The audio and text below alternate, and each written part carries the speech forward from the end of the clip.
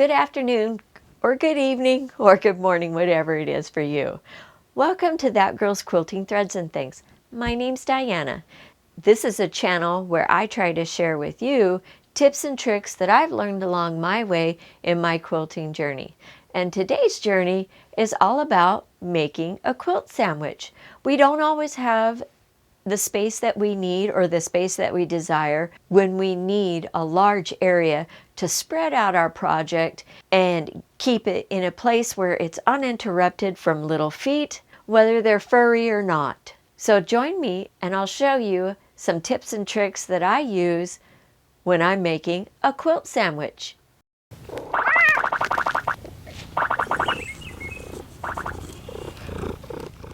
So I'm going to share with you today the supplies that I use when I'm making a quilt sandwich. And then I'm also going to show you how I manage all the different pieces that go into making a quilt sandwich so that, one, to deal with the limited amount of space that I could use to spread everything out, and two, to help me prevent and keep some of my back problems at bay when I'm making a quilt sandwich.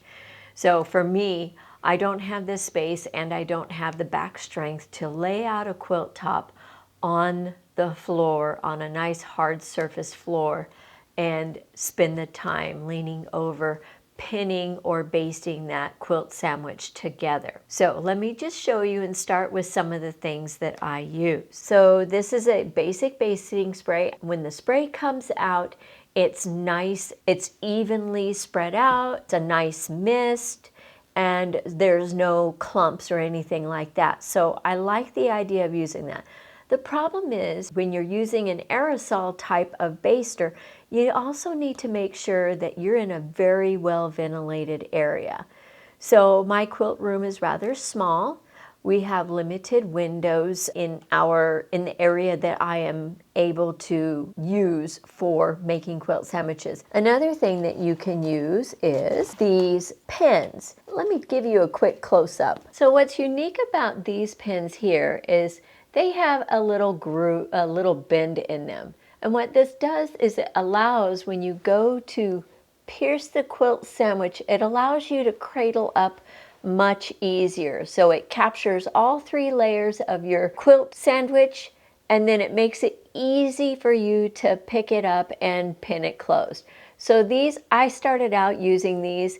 These are, I think, medium size, just an average size. You can find them in larger sizes and smaller sizes in your craft stores. Some other things that you can use to help keep your quilt in place around the edges might be these pins.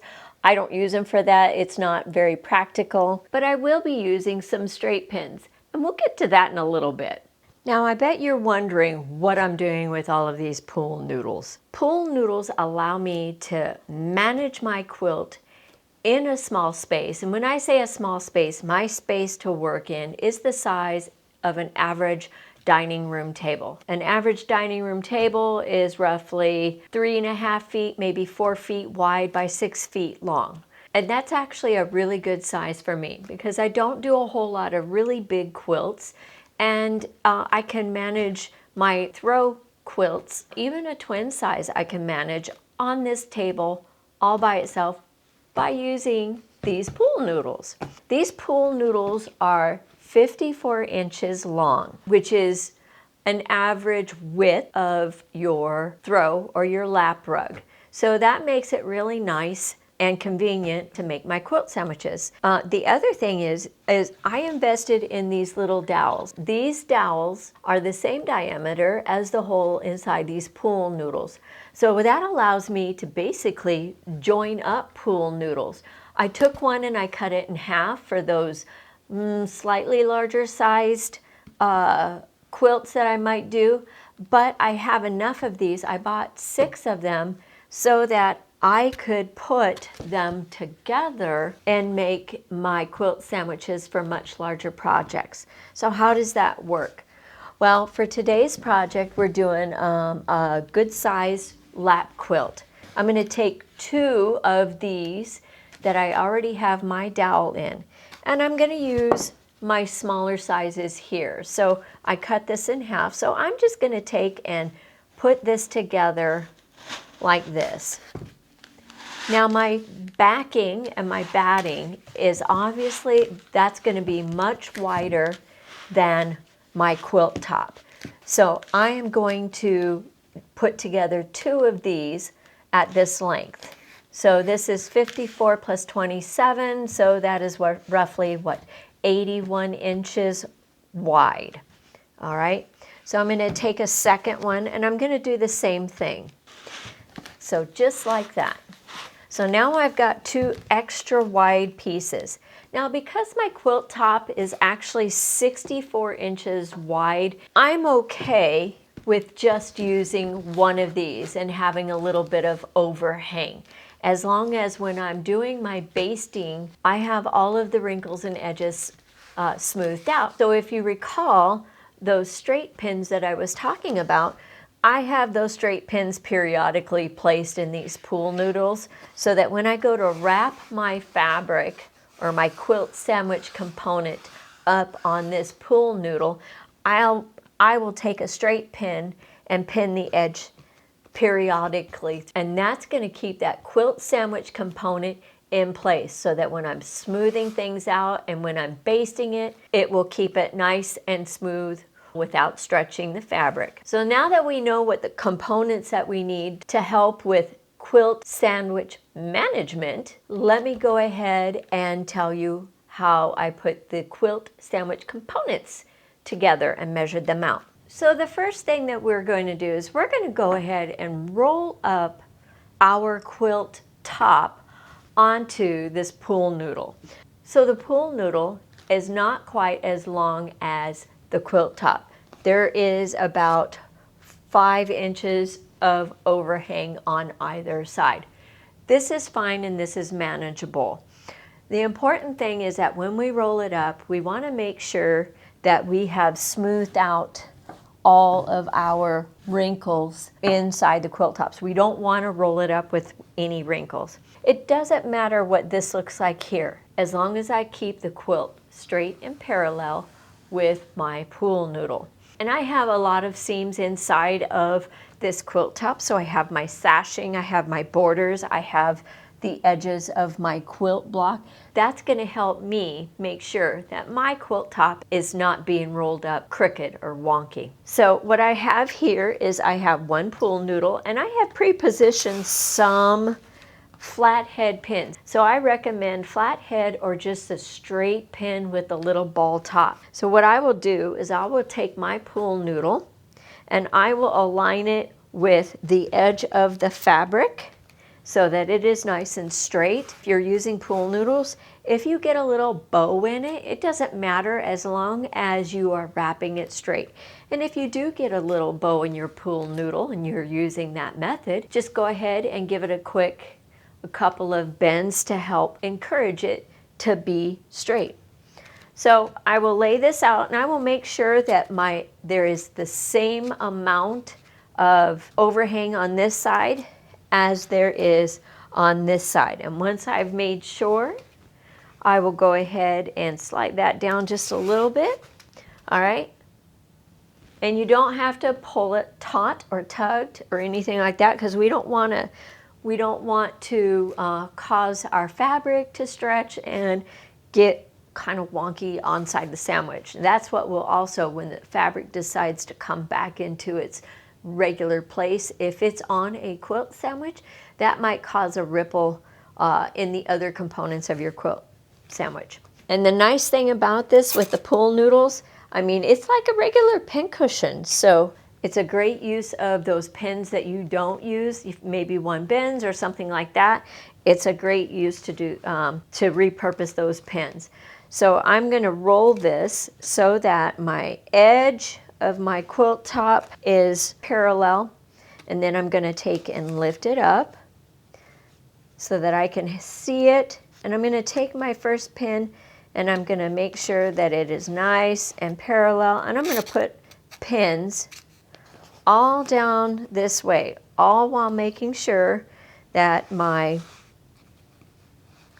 quilt top edge is parallel and not crooked.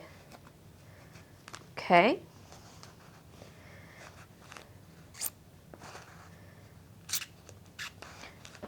And notice I am doing this with the quilt top face up. All right, you want to make sure that your quilt top is face up. I'll put a couple more pins in just to make sure. Now the next step really is to just roll this up. I'm going to roll it from just kind of like this, grabbing both ends. As you roll it, you want to observe if you have a border, for example, when you go to roll this, that your borders here are lining up.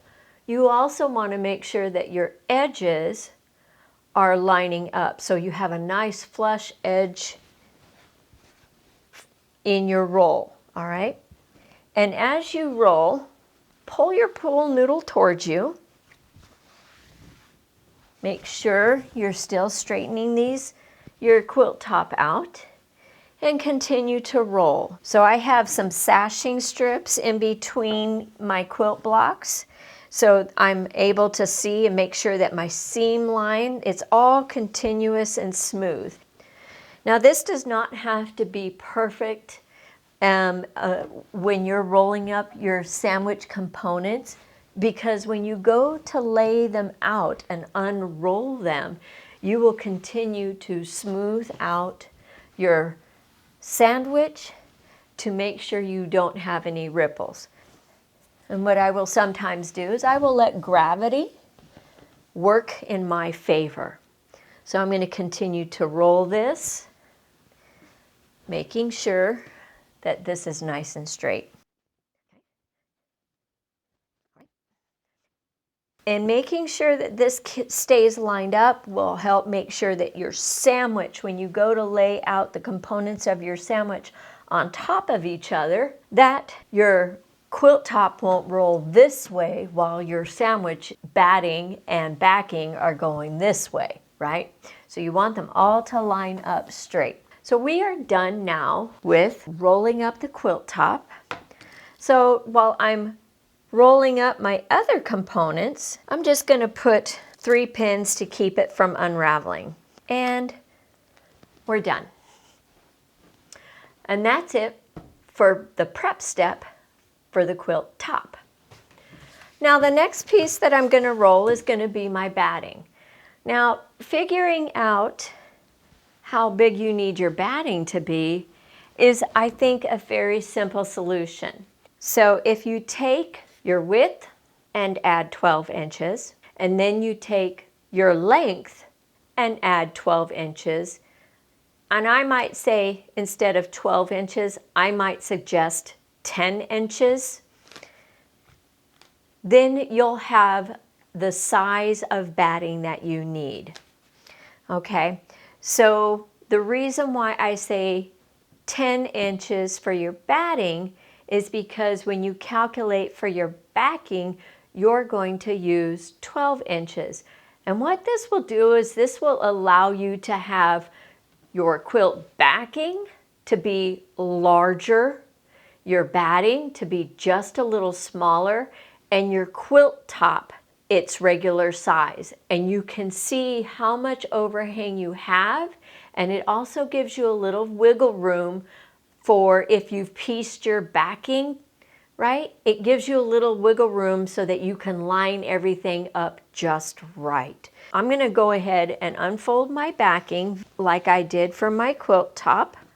So you're going to lay out your backing the same way that you would lay out your quilt top. So you want to try to kind of have it, if your table's not large enough, you want to try to make sure that it's got the same length of overhang on either side. So if you recall, I put together a full-size pool noodle with the dowel in it and a half of a pool noodle.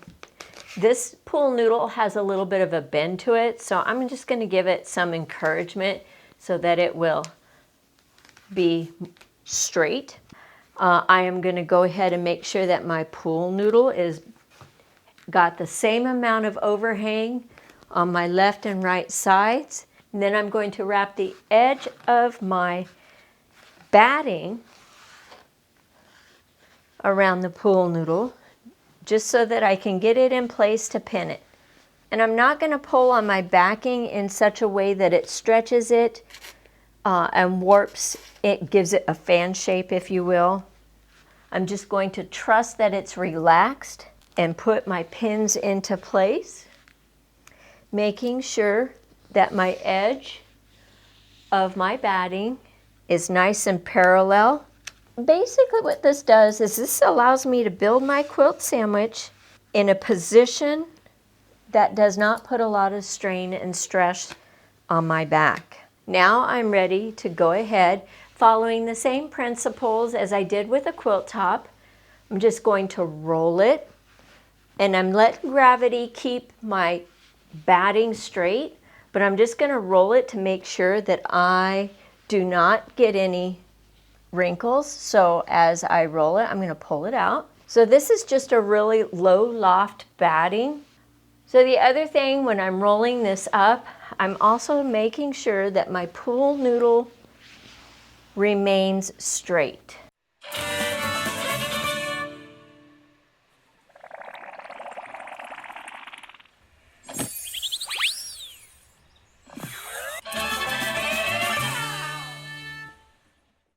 Okay, so we're going to go ahead and pin this in place. And now we're ready to go ahead and do our quilt backing.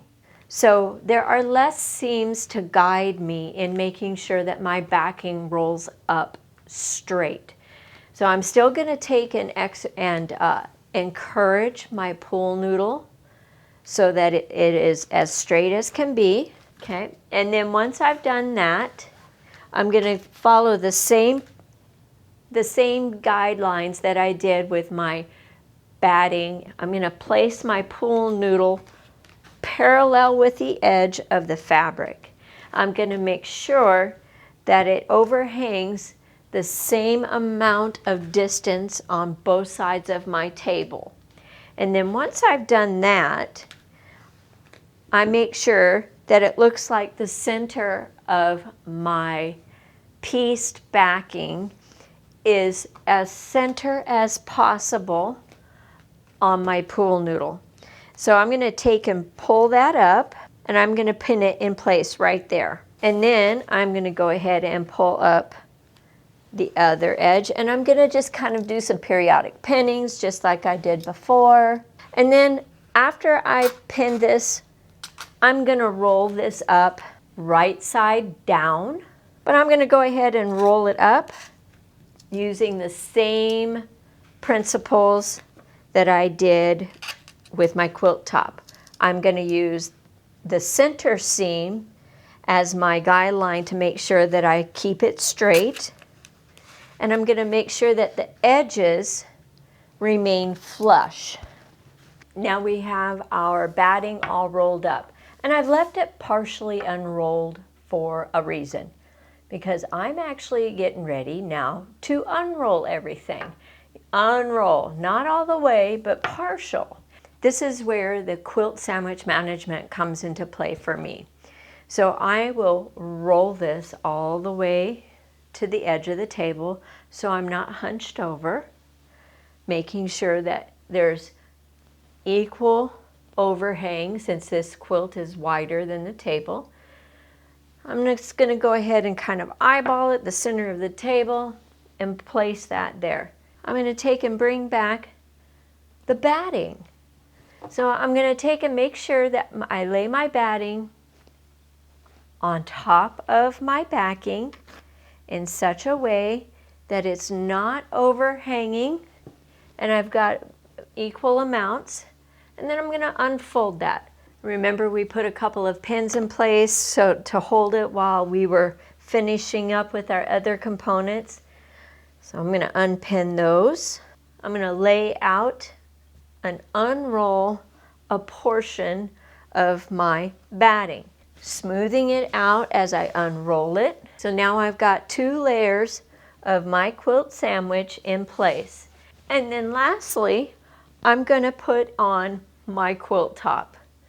All right, I'm going to try to make sure my quilt top is on the table and there is enough room on either side that when I unroll everything, my quilt top is not going to be crooked in such a way that it goes off of the batting and off of the backing.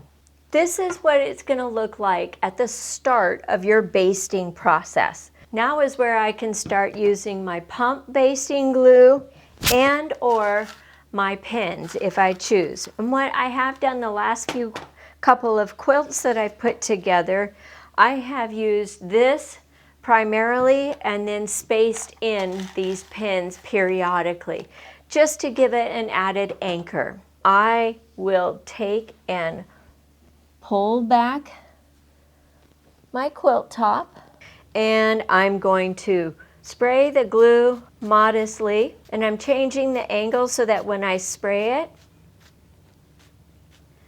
I'm spraying towards the inside of the table. Then I'm going to lay my quilt top back down, and there we have it.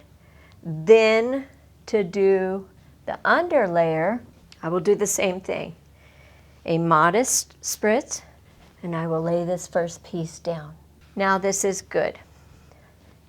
So the next step is, if you're going to take and anchor this down, I'll grab a couple of pins. I don't have to do a whole lot, and I will go ahead and anchor it down. So I'll just put the pin in, and it comes up. Very easy. I will mainly do the edge, a few spaces, a few inches, so there's probably about 14 inches. For the second row that I do, I'll do one about 7 or 8 inches up in between my two pins. Now that I've got the first few inches of my quilt top done, the next thing that I'm going to do is I'm going to unroll this right to the point where the glue is, pull what I've already done to the edge, and unroll my backing, spritz away from the top,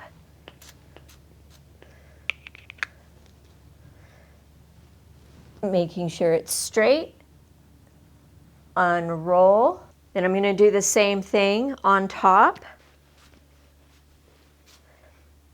So now we're unrolling our quilt top onto the adhesive surface.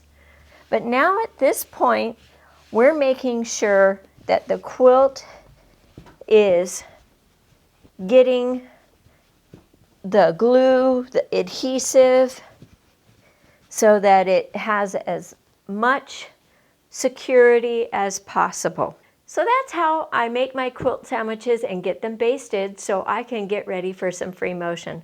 So I'll meet you back here when I'm done with this so you can see what it looks like once it's all basted and sandwiched together.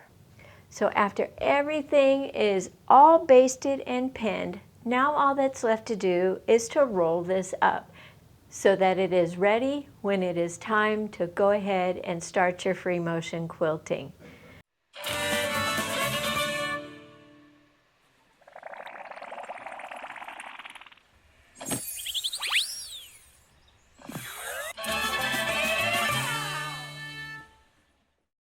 And there it is.